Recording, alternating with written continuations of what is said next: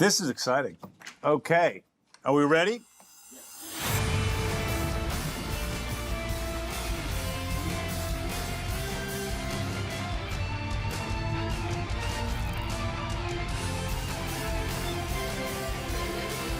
What is this title? This title is nuts. Whatever. Okay. So I'm going to read what it says. It says, welcome to Peacemaker, the official podcast with James Gunn. Hi, I'm James Gunn, and I am here with my wonderful co-hosts. Hi, I'm Jennifer Holland. I play Emilia Harcourt on Peacemaker. Hi, I'm Steve Agee. I play John Economos on both seasons of Peacemaker. This is the official destination to go deeper on the HBO Max original series Peacemaker. We're going to go behind the scenes. We're going to find out all the drama and excitement that happened as we were making this show. We're going to find out what's canon and what's not in the DCU. That's important. We're going to hear about the songs, the music, just all of it. That's right. And today we are diving into none other than Season 1, Episode 1. It's titled A Whole New World. That's WHIRLED, A Whole New World. And it's directed by James Gunn. Hey, and guess what, guys? We're going to be giving away some spoilers.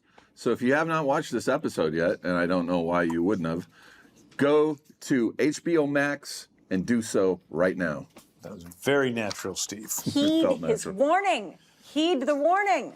Where did this TV show come from? I didn't originally plan for Peacemaker to live through Suicide Squad, but Walter Hamada and Peter Safran came to me and said, listen, if you did a TV show about one of the characters from Suicide Squad, who would you do? And it was instantly Peacemaker. I loved working with John Cena. I loved the depth of acting potential that I saw in him. I knew I could help him with that. I loved the character of Peacemaker, both the way he was portrayed on screen in the movie, but also the elements that John added to this character, the sort of sexually voracious appetites that he had. He was always sort of this sexist, jingoistic dude. But John added this whole other sort of sexually anarchic flavor to his personality. But also there was all the other characters in the Suicide Squad changed. They had arcs. Peacemaker was a piece of shit at the beginning, and he was a piece of shit at the end. Yeah. We didn't really get to explore a lot of what drove that. Yeah, I mean, it was not the first, but one of many times in my career when people were saying, why in the fuck are you doing Peacemaker? Out of all the heroes in Suicide Squad, I hate him the most. I hate that guy. He killed Rick Flag. Joel Kinnaman's so good in the movie, who plays Rick Flag, and they hated the character, and they didn't know why I was doing him. And then also, there's also the wonderful folks that are like, oh, flop maker, you're going to make this flop TV show that nobody's going to watch. Nobody wants to watch. They say the same thing with Guardians. They say the same thing with everything. And it was the biggest show on HBO Max at that time. You wrote this script on spec. I wrote it all. Just to write it. Just to write it. But this was right when COVID first started. We came back from shooting the Suicide Squad.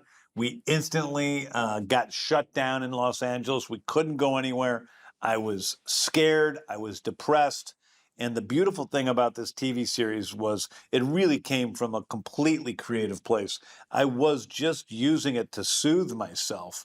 And it was in really uncertain times. And the time in my life when I was the happiest was when I was writing this show.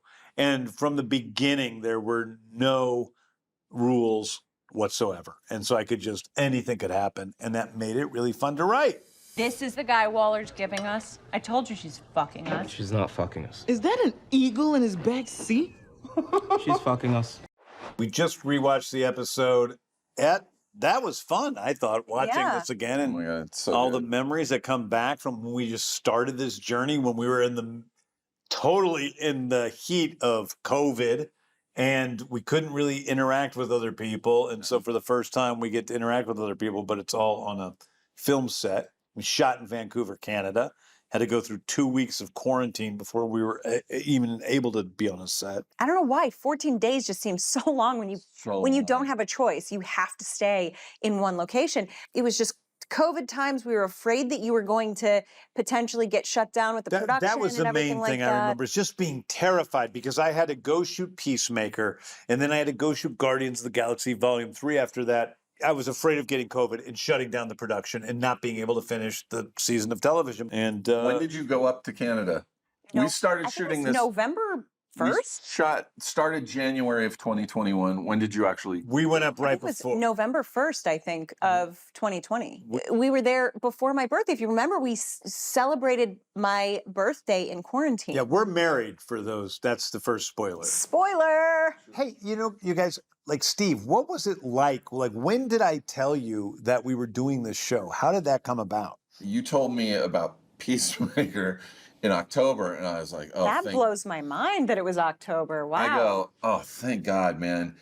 But I thought, okay, next year I have something to look forward to. Yeah. And I said, when are we shooting it? And you said, January. I was like, what?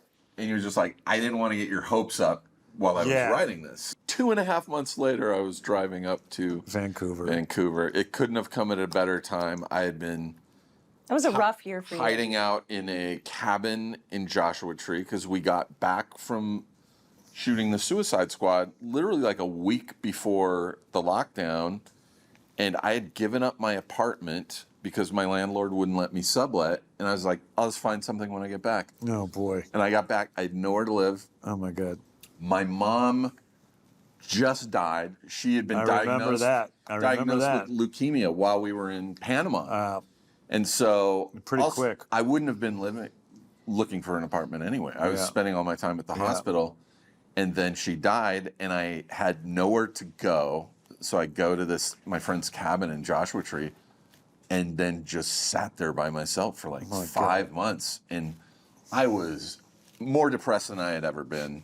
And then this news couldn't have come at a better time. Yeah, I mean, I'm really careful about telling actors, if I'm going to give them a role. And when it came to talking about doing a television series where you would be a regular cast member on, that's really getting somebody's hopes up. But I told you, Jen, pretty early on, right?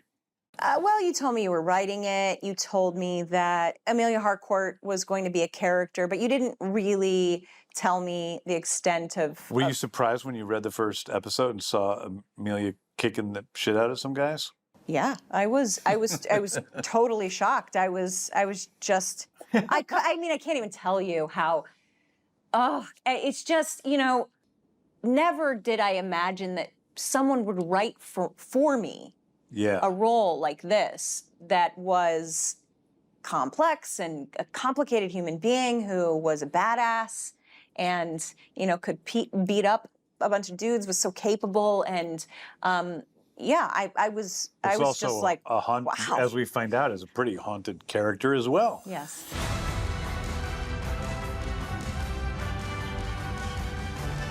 Anyway, okay, well, let's talk a little bit about the episode. Can we do that? Yeah. All right, so before anything we see previously in the Suicide Squad, we learn a little bit about what happened to these characters in the movie, The Suicide Squad, and we see Peacemaker kill Rick Flag Jr. This is going to be something that is going to really affect him and drive him throughout the series, not only in season 1, but in season 2. Yeah. We go to the hospital where we see a doctor with Peacemaker, and he's doing all right. He's out of bed. He was shot in the neck in Suicide Squad. We see Peacemaker at the beginning having this long, again, like a 8-page conversation with Jamil the janitor, played by the wonderful Rizwan Manji. And right away, there's something unusual about the script and the fact that we had 2 people standing and talking for such a long period of time, and it's a funny conversation. And but basically, Peacemaker is trying to find out, okay, there's no cops here. I was supposed to be in prison. I was shot, and now nobody's minding the mint. Do you think I can maybe just go and get away with it? And Jamil basically is like, yeah. We smoked weed together, man. I was in a fucking wheelchair. I can't pretend like that wasn't a nice moment, but that doesn't make me trustworthy. I ain't trustworthy worth shit. What? We also find out a little bit about what Peacemaker's reputation is in the world. Yes. People think he's a racist superhero. Yeah. Like, and we find out that Peacemaker doesn't feel like he's taken seriously, You know, Right. he's looking for respect. He doesn't get any. Nobody knows who he is. Yeah, we see his vow. I made a vow to have peace no matter how many people I have to kill to get it. So the nurse thinks he's a douchebag. He leaves. He's excited. He says yes. And then we cut to... maybe the most famous part of the entire show. Yeah. The opening dance credits. Yeah. With billions, literal billions of views on TikTok. It was something that I was so excited for people to see. I remember before this episode premiered because it was going to take people by such surprise, and it did. I believe in the script you described it as something like we were puppets being controlled like marionettes or something like that. Yeah. I listened to the song and I was like, this is going to be weird. Wigwams, do you want to taste it? One of the most important things you said, other than knowing the dance, was don't smile. Yeah, don't Don't act like smile. you're That was a having big fun. thing, is that you're going to be doing an utterly ridiculous dance that was just ludicrous, but absolutely just looked serious the whole way through. Do you remember the first time you found out about it? Yeah, I got all the scripts at once, and I mean, I probably read them all in one night, and music starts to play, and then we go to the opening dance number. And I remember I went to the next script. I was like, wait, is that every episode? I was like, holy shit, this is the credits. It's fucking dancing. Were you scared? I was terrified. I'm not a good dancer. And how was your experience doing the... It was fun. I mean, we had a great choreographer, Carissa Barton, and... Carissa Barton, who I hired because she pitched me a certain style of dance, and you know, I kind of gave her the basics of what some of the sort of robotic little moves were, and she just took that and built that out into this whole thing. And she came and she pitched me on what the dance was going to be like, and I loved what she had to say. And then afterwards, I found out she was married to my friend Alan Tudyk. We go back to, we meet the character of Leota Adebayo for the first time. Does this look like James Bond to you?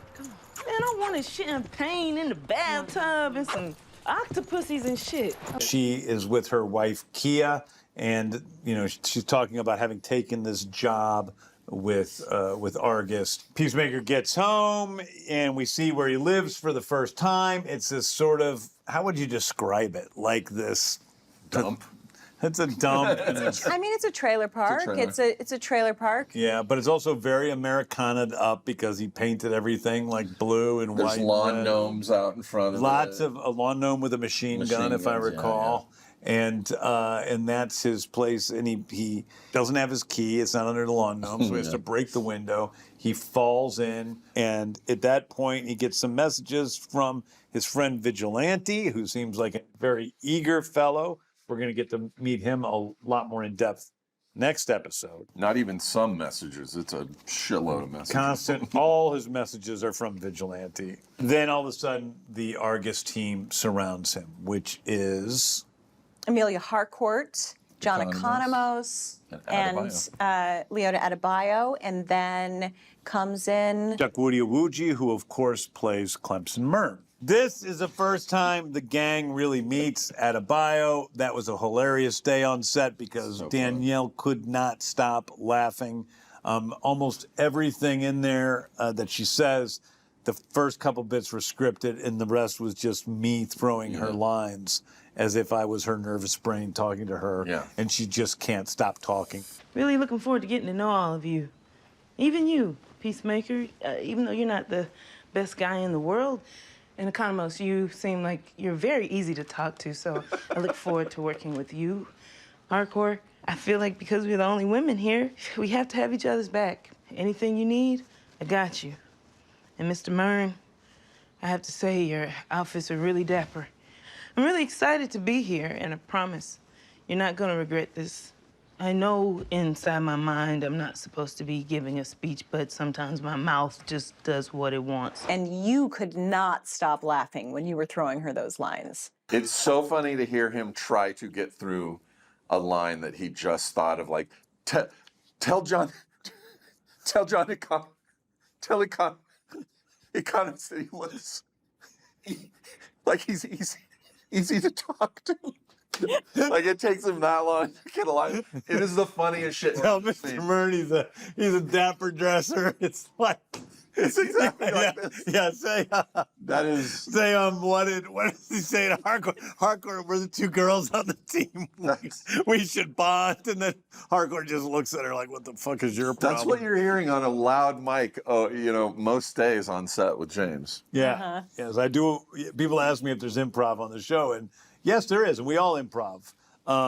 But definitely I improv the most, and it's just like the final stage of writing. I would say not too much of it makes it into the show. No. Well, a lot of that stuff made it into that the whole show. thing made it into the show, yeah. So But it I don't remember what I'm saying, but I remember. You're like, keep it together, new girl. Yeah. Which applies because Danielle is also the newest person we're working with. And that's one of the things that was doubly difficult was that Danielle knew none of us. Like, we had maybe spoken for, half an hour before that and done a table read or something on Zoom.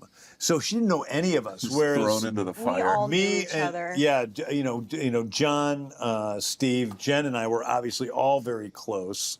Jen's married to me. And Lars, we know. And, Lars, It's everybody. just like, it was just a group of people who obviously had a rapport, and then she was the new girl playing the new girl, and yeah, I mean, she was literally hazed on her first day. She was. We really were hazing her in some ways.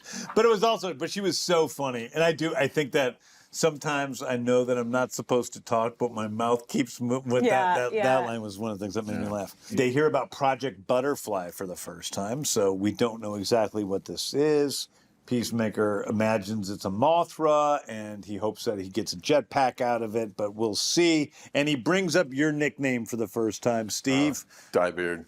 Diebeard, Because it was obviously a dyed beard. And this started on the Suicide Squad, because John Economos is based on an actual character. Not a massive character, but... A comics character, yeah. Yeah. And which we found out while we were shooting the movie, that he was also based on John Ostrander's actual friend. Who was named John Economos. Who's like, oh, you actually kind of look like John Economos. And we were both like, what? Yeah. And so, but when we were doing camera tests and getting ready to shoot, we did my haircut and trim the beard and stuff. And James was like, I think it'd be funny if because I have a very gray beard. And so we dyed it a little bit to look more normal. And James was like, well, I think it would be really funny if we just went overboard and made it just like shoe polish black. Yeah. And then we did that, and you were like, what if we left roots? Like, so it's obviously dyed. Yeah. And that was all that was mentioned in the movie. And I would have to go home at the end of the day of shooting with a beard that looked like that. Like, I would go to Whole Foods, I would go to restaurants with this horrific beard, and there was no payoff to it other than it looked funny. And then when James sent me the scripts to the season, right off the bat, I'm being called Diebeard, and I was like, oh, there better be a fucking payoff to this. There is at the very end, which is incredible and made all of it worth it. But yeah, when we did the movie, there were no roots. When we did the TV show, he was like, let's give him... Really make it obvious. Yeah. What about after this season aired, you went to the doctor, right? I had a doctor's appointment, and there's still COVID going on, so I show up and I am in a mask, and I'm in the examining room, and the doctor walks in, and she says, you can take off your mask, and I take it off, and she turns around, and she goes, oh, hey, what's up, Diebeard? But if you're listening and watching for the first time, there's an amazing payoff at the end of the season. Yeah, you got to keep watching. We meet the Argus shitty headquarters with the piano, not great for Black Ops. And then Peacemaker goes to his dad's house. His dad, Augie, played by Robert Patrick, one of our favorite dudes in the world. Yes.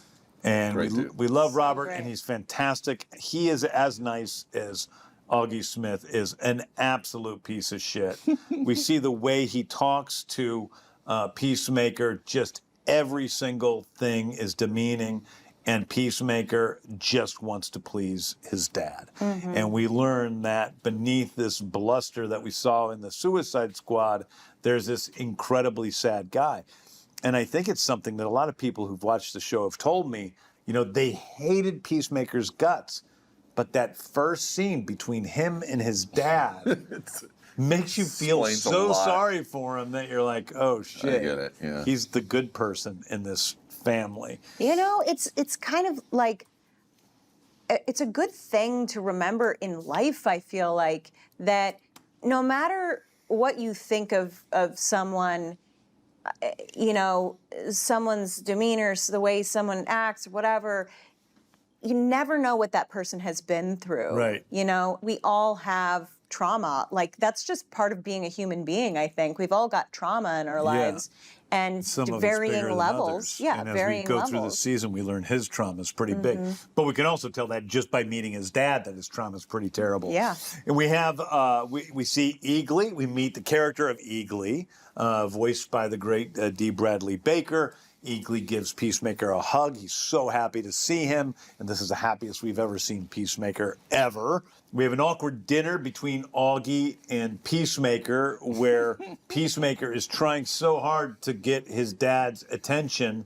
And then he thinks of the one story that he can tell him, which is a story about how Idris Elba's character, Bloodsport, was tortured by his father by being put into a crate with rats who were eating away at his flesh when he was a child.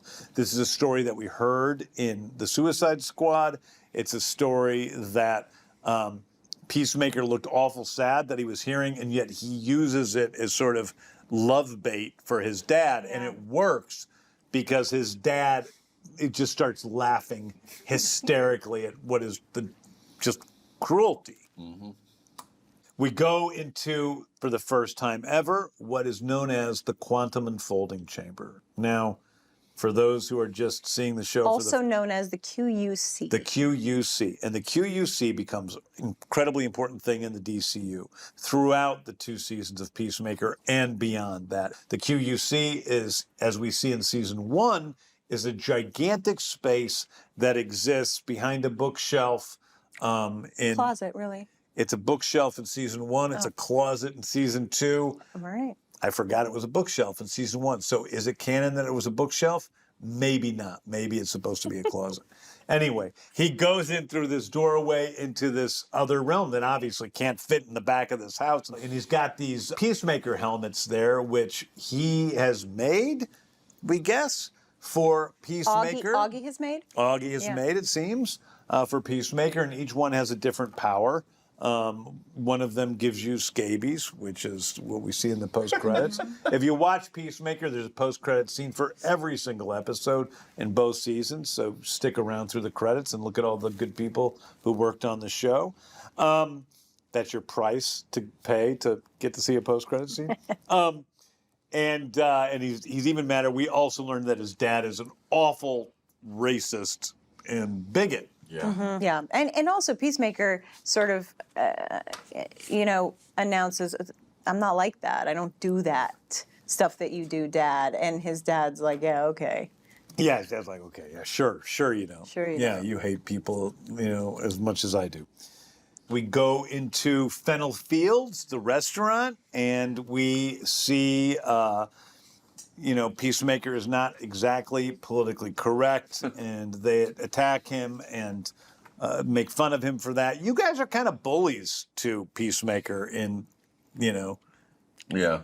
in Fennel I mean, Fields. kind of fairly. We've had to listen to his bullshit through all of Project Starfish. Yeah, also, you have to remember the two of us, Emilia Harcourt and John Economos, were the people who had to sit by and watch while Amanda Waller made the orders that she made, and Peacemaker killed Rick Flag. Jr. in Corto Maltese, and so I think we've got a little bit of history there where we don't totally respect this guy. Yeah, yeah. In fact, you, at the end of the day in the Suicide Squad movie, your two characters kind of betray Amanda Waller and help the rest of the Suicide Squad, who were also kind of against Peacemaker. So you come at Peacemaker from a bunch of different levels. And you think you're being fucked with by Amanda Waller, who's put you into this shit detail because she wants revenge upon you for betraying her. It's pretty dark. If Waller knew things, you know, I don't know. It's pretty dark that she puts me on a team with this guy. Totally. Yeah. We'll find out a lot more in season 2. There's nothing here that's, you know, doesn't fit in with the overall story. Everything has been thought about, and we've talked about these characters and where they go for the next little bit. Okay, so we already talked about the restaurant. After the restaurant, Adebayo meets Eagly. This is one of my favorite scenes from episode 1. I do think of the entire season of Peacemaker as being a love story about a friendship between Leota Adebayo and Peacemaker. That's the central relationship of the season, and this is the beginnings of it. You new girl, huh? Yeah, but I know my shit. Don't worry about that. I've done a lot of, you know, notable things. That's super vague. Yeah, because if I told you any more, I'd have to, you know. Pew. Kill me? Yeah. Oh, you hubbed up? What? Married, yeah. That's cool. I'm into old-fashioned stuff, too. You know, Hummel figurines and capital punishment and garbage pail kids and stuff. You know? And I think we see instantly that Peacemaker is totally different with Adebayo than anybody else, in that he says the offensive stuff he says, and she either laughs because sometimes she thinks it's funny, or she rolls his eyes and gently corrects him. But they instantly have a rapport, you know, and they have something about them that is similar. Now, she wants to befriend Eagly, but Eagly bites her. He calls her Arby Smola Instead of Adebayo. Close. instead of Adebayo, and she leaves. And meanwhile, Chris drives down the street. We have this sort of iconic shot that was from the very first Peacemaker trailer ever. It got a lot of attention because it's Eagly sticking his head out the window like a dog with Yeah. Peacemobile. the Peacemobile with his tongue dangling Comment. out. Yeah, and the license plate of the Peacemobile is Peacemaker.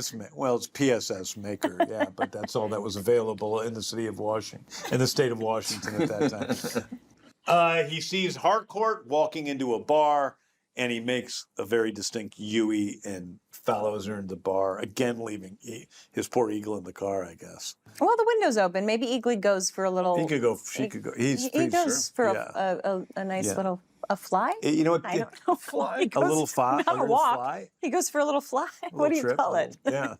I don't know. Flight? A flight? Flight, I He goes think. for It a always flight. makes me nervous when he lets Eagly get out that he's not going to come back. Oh yeah, that's an interesting. You're nervous about that, huh? Yeah. You create the character and everything that the I know, character but when I'm watching the show, it makes me nervous that Eagly is like not going to come back. Yeah, I understand that. Being pet owners. We see something about Emilia Harcourt. Now, we got to meet this character a little bit in the Suicide Squad, but she was kind of different, and we see that she's actually an incredibly talented fighter, and she beats the shit out of somebody who's much bigger than her. Yeah, this was really fun for me because in the Suicide Squad, I think my character's name originally was Comms Tech 1 or something like that. Comstech 1, yeah. or Comms Tech 2, I don't 1 know. or something like that. You know, the character kept growing because you sort of kept needing someone to provide some exposition or some story Yeah. points or something like that in the comms hub, which sort of Yeah, there was- engines the story along in some ways. There and was stuff that Flo and Economos couldn't fill, so kind of you just took up anything that wasn't for them. So at some point she became Emilia Harcourt, but it was really just, no one ever calls me Emilia Harcourt in the Suicide Squad. Is that true? Nobody ever calls you by No, your name? nobody ever calls me Harcourt. You don't know it's Harcourt until you watch the credits and you see that I'm playing Emilia Harcourt. I don't remember so you that at all. you really only did that just as sort of an Easter egg for people when they watch the credits. They're going to say, Right, I do that all the she's time. playing I name Harcourt. characters, people after small characters in comic books, so that it's Easter eggs for the comic book fans like myself. That's right. So in any case, when you wrote this this character into Peacemaker, you created, obviously, what we get to see is this wonderfully full character. And then I was just so excited to get to do the physical part of the role, the action. We're in the bar, and this is really the first time that Emilia Harcourt and Peacemaker Interact. Interact in a real way. He saw her kick somebody's ass, and he's got He gets, stars in his eyes. Hard eyes. Yeah, and he's really comes on to her pretty strong. Yeah. And you fucking hate him. And I think this is the moment where, although at this point you don't know why, you just realize that she has an incredible disdain for this guy. Yeah. She just You gotta watch season 2 to find out He's why. a piece of shit. Yeah. Season 2 gives you all of that info, but yeah, she's But you and I really, knew that at the time because we had talked about this is why she doesn't like him, and we don't reveal that in season 1. So that's part of her reluctance to become closer in any way to Christopher Smith. And so she blows him off. She leaves. He has his first mention ever of that he doesn't sleep with only women. He says, I haven't slept with a woman for 4 years, or I haven't slept with anyone for 4 years. I haven't slept with any women for 4 years. Yeah. So, he's been up to some hanky-panky in prison. And she leaves, and Peacemaker, being Peacemaker, doesn't wallow in the rejection. Instead, he looks over at another woman in the bar, and we immediately cut to him having doggy-style sex with her. Adebayo gets on a video conference with Amanda Waller, and we find out Amanda Waller has sort of placed, Adebayo in the group as a mole because she seems like she kind of trusts Economos, but Waller does not trust who she calls Barbie, you. And she thinks Peacemaker's a piece of shit because, of his father. But Adebayo admits that she sort of likes Peacemaker. And at the end of that phone call, she says, "Good night, Mom." And Waller says, "Good night, baby," or whatever. And we realize that Amanda Waller is Leo Adebayo's mother, which complicates things. And then we go into sort of our final sequence, which is an action sequence I had so much fun shooting and so much fun designing, where Chris sings a Choir Boys song, a band Choir Boys with a Q. Yeah, he's still at the rocker chick's house, the woman he just went home with and had sex with. Yeah. And he finds a bunch of her really cool records. Yes, including one by the Choir Boys. And he puts on one of his favorite metal ballads, "I Don't Love You Anymore." And he begins to sing along there in his tighty-whities. This is, of course, the second time we've seen Peacemaker in his tighty-whities. He was wearing his tighty-whities in the Suicide Squad.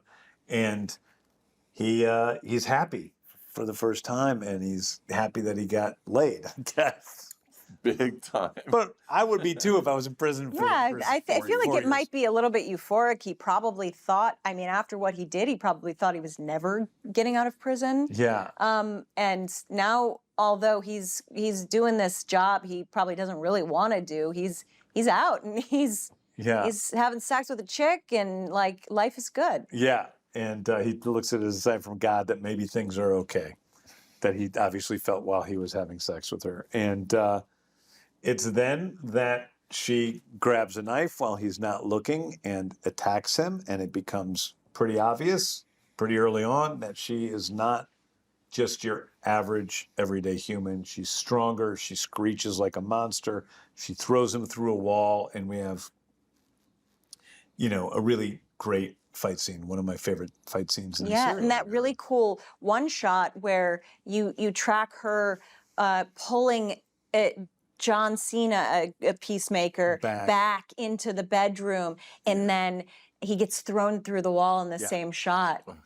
Cowboy switch is what they call that from the old times, when you hit the stunt man and he'd flip back over the bar in the saloon, and then the actor would pop up and throw another punch. And so, coming through the wall is Spencer, who is Spencer Thomas, who's John Cena's stunt double, is a real member of the team, does fantastic work for us. Incredible stunt man. And then basically he jumps out the window in a desperate move to get away from her, and she jumps out, onto the pavement as he runs away, trying to hide. And also that gag where Spencer falls through the awning outside, that was a real real gag. Yeah, it was a great incredible. gag. Yeah, I remember the night we did that. It was actually a little scary to see him do it. It was, we do some great stunts in this show. And Crystal jumps out, rocker chick. The thing that you don't know is it was freezing cold out there, like below 20 degrees. They are both, and they're both in their underwear, and you can see Crystal's eyes like kind of glazed over, like they're like the wet in her eyes is freezing. And it looks cool because it makes her look more like a monster, but I know it's because she's in agony. As she runs at Peacemaker, he puts on his sonic boom helmet, one of his powerful helmets, and he explodes, and she splatters all over the place in a great visual effect. He says activate sonic boom. Activate sonic boom, and she explodes, splattering. And it's really a great moment. And then the final shot there is Peacemaker sitting in the middle of the parking lot, surrounded by all these, cars that have gotten exploded. In a crater. In a crater. Has he ever seen activate sonic boom, like, before this one? I think he has, yeah. Because he looks like he's like... It does look a little like, wow. Wow, I didn't expect that to happen. I would have to watch it again, but I think that mostly he's just, what the fuck just happened with this metahuman girl that had superpowers that was trying to kill me for what, God knows what reason. Like, she just came at him.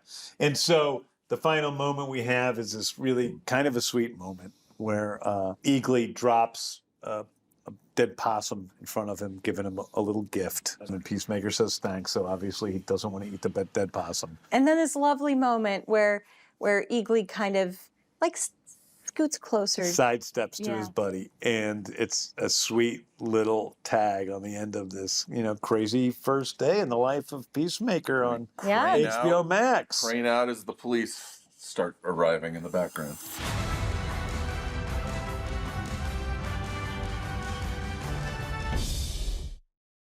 So, every episode, we are going to do a song spotlight where we can highlight some of these great bands, and people can go and listen to the official Peacemaker soundtrack on Spotify. And so some of the songs we have are Do You Want to Taste It by Wigwam, Welcome to the Church of Rock and Roll by Foxy Shazam. That's what's playing as He Enters the House, one of my favorite bands in the world with my close friend Eric Nolly.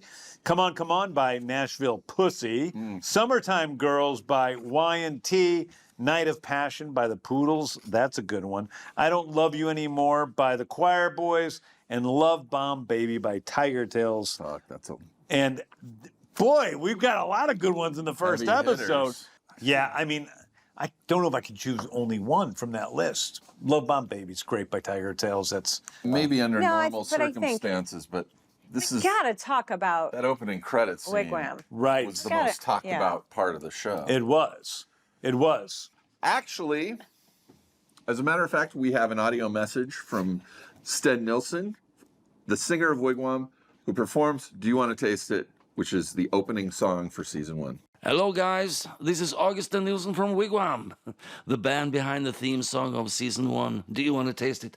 I just wanted to tell you how happy we are to have been a part of your Peacemaker universe, and we can't wait to see what you come up with for season 2. And James, You really don't know how much this has meant to us. Okay, here's a fun fact about Do You Want to Taste It? It actually premiered on the TV show The Clash of the Choirs in Norway back in 2010. Me being the mentor and all, and I had to come up with this dance routine for the performance. And back then I thought, wow, that's lame. Whoa. And it was a lame one too. Believe me, that's not rock and roll. I thought, little did I know that some 12 years later, the song would have a new dance routine that went viral. Okay, so good luck with a new Peacemaker season, and peace out over there. What?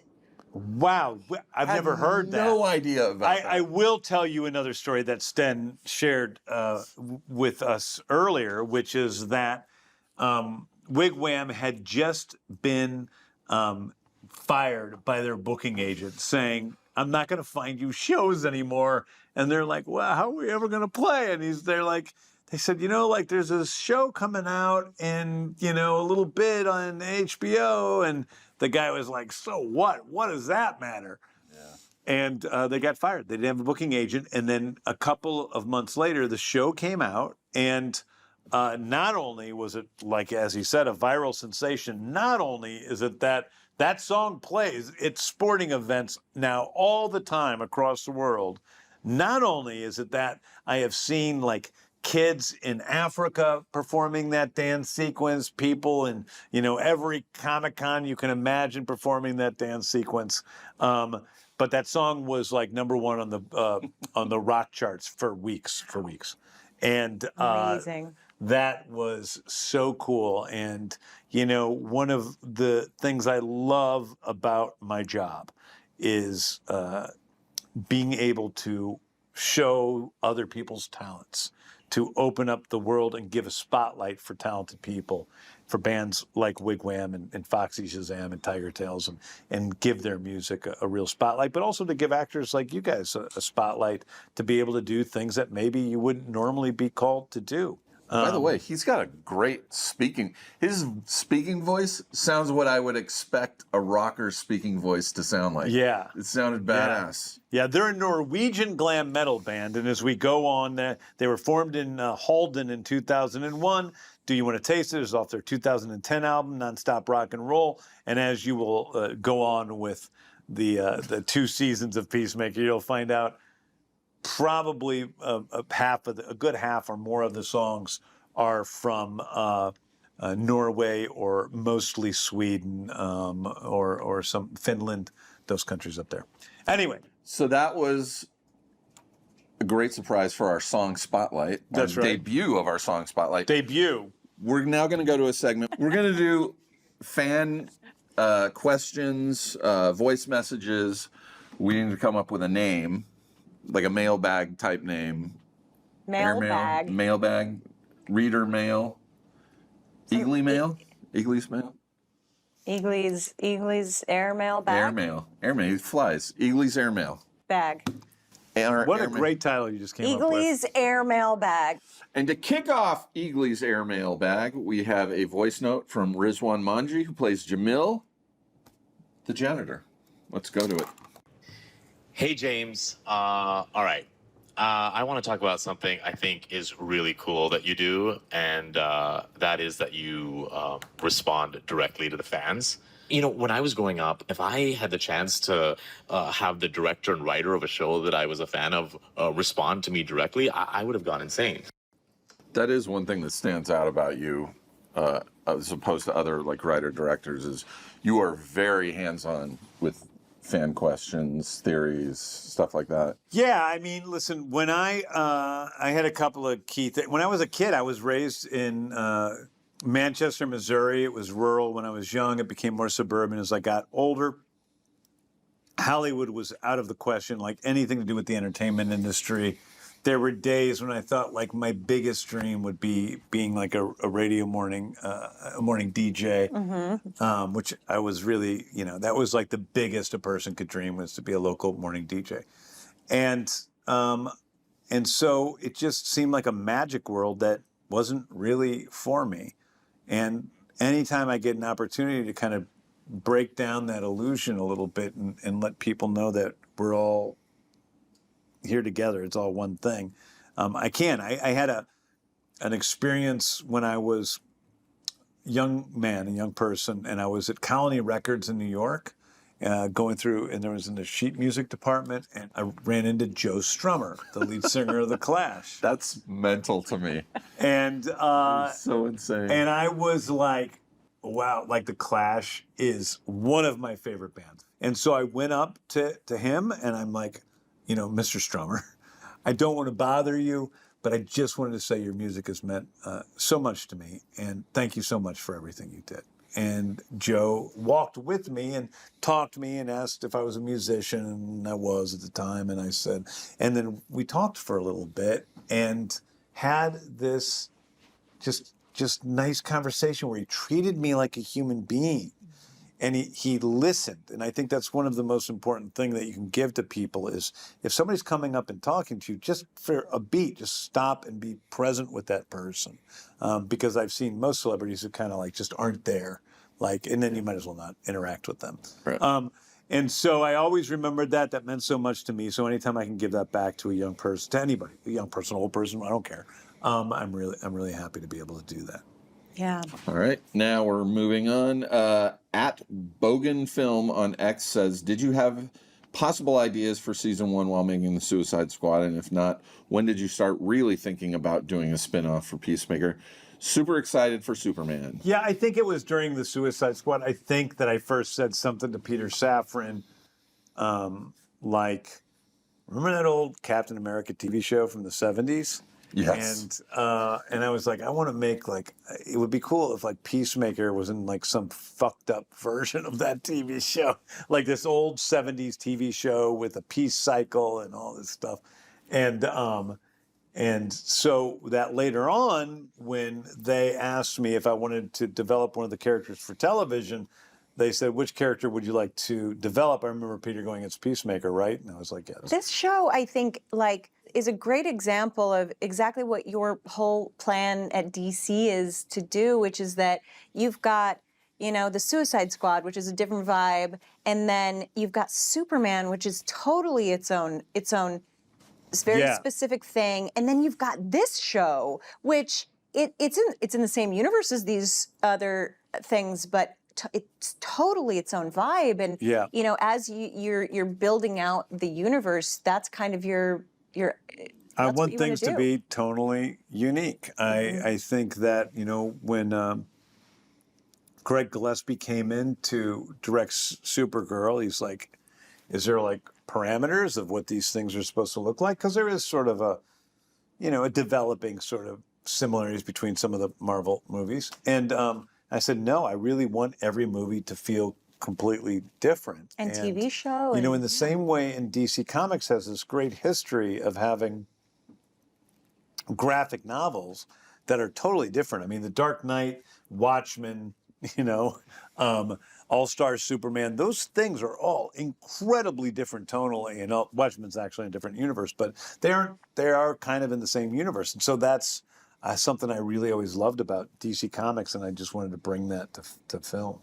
All right. Well, this leads us to our last question from at Caleb Watch Movie on X. Was the Tidy Whitey dance choreographed, or was it John Cena improving and exploring the space?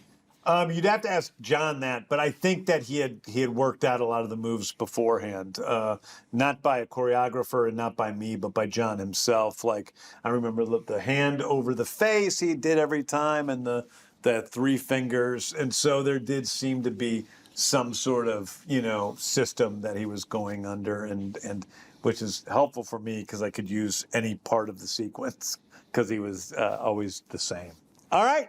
Now, we do have one final component of the show, and it's going to be on every episode in these first 8 episodes of the podcast as we go through the first season, and that is what's canon. Now, one of the things people are most confused by as Peter Safran and I took over DC is, you know, what is part of the DCU? This is the world that Superman lives in. This is the world that Creature Commandos lives in. Up until this point, those are the only 2 things that are fully 100% canon, And the same thing is going to be true about Peacemaker Season 2. It's fully 100% canon in the DCU, but we did have to go back and change a few things from Season 1 that don't quite match with that world because we were writing for the DCEU, which was kind of messy at the time, and who knows what was happening. Is Aquaman canon? We don't know. No, but my guess, I don't think Aquaman's canon. So one of our biggest running jokes in Season 1 is... But at this point, because what you're starting to create as a new universe, it could become canon, right? Or is this yes or no now? You're saying that Aquaman does not exist in a previous form. There's a possibility that you could use the character in the future, but right now... It's unlikely that Aquaman is a famous hero in the DCU as Superman in Peacemaker Season 2 is happening. Right. That's unlikely. Right. So that is probably the most confusing. But other than that, I really think everything in this episode, is canon. So you're free to watch that out. If somebody wants to do the DCU cut, you can cut out Aquaman fucking fish. Guys, this was really fun. Next time, we'll be talking Season 1, Episode 2. It's titled Best Friends for Never. And Robert Patrick, a.k.a. Augie Smith, will be joining us. Stream every episode of Peacemaker Season 1 on HBO Max and catch new episodes of this podcast on Mondays and Thursdays. You can find us on HBO Max, the HBO Max YouTube channel, and wherever you get your podcasts. This has been a DC Studios Showcase presentation. Nailed it. Off the dome. Peace out. Peace out. Peace out. This was an OBB sound production for HBO Max and DC Studios, hosted by James Gunn, with co-hosts Jennifer Holland and me, Steve Agee. Executive producers for DC Studios are Phil Soponides and Gary Barbosa. Executive producer for HBO Max is Becky Rowe. Executive producers for OBB are Michael Ratner, Scott Ratner, and Toby Lawless. Special thanks to, from DC, Mike Pilata and Victor Diaz. And from HBO Max Design, Tom Haskard, Martha Duarte Diaz, Ryan Cronin, Brett Krause, and John Northway. Producer, Toby Lawless. Producer for HBO Max is Aaron Kelly. Research producer, Jesse Holland. Associate producer, Tess Bartholomew. Associate producer, Chris Stith. Production manager, Kevin Lynn. Studio coordinator, Elijah Matias. Director of photography, Chris Piper. First assistant camera and camera operator, AJ Knipe. Gaffer, Arthur Garcia. Key grip, Jake Reeder. Sound mixer, Josh Falcon. Sound mixer, Darren Bowling. Post-production supervisor, Mariana Cristostomo. Lead editor, Jesse Holland. Editor, Louis Sinibaldi. Assistant editor, Mark Alcacid. Hair and makeup artist, Kendall Shannon. Director of Creative Development and Social Strategy, Lenore Castro. Senior Coordinator, Creative Development and Social Strategy, Sharif Bakari. Production Assistant, Antonio Cavallo. If you guys are wondering why I'm squirming around, it's because I have to go to the bathroom so bad that I'm going to die. Wait, so I'm so sorry. unplug yourself first. I'll unplug myself. So sorry, guys. I really am sorry. There you go. While he's gone, we're going to tell you secret stories about James Gunn. Oh my God.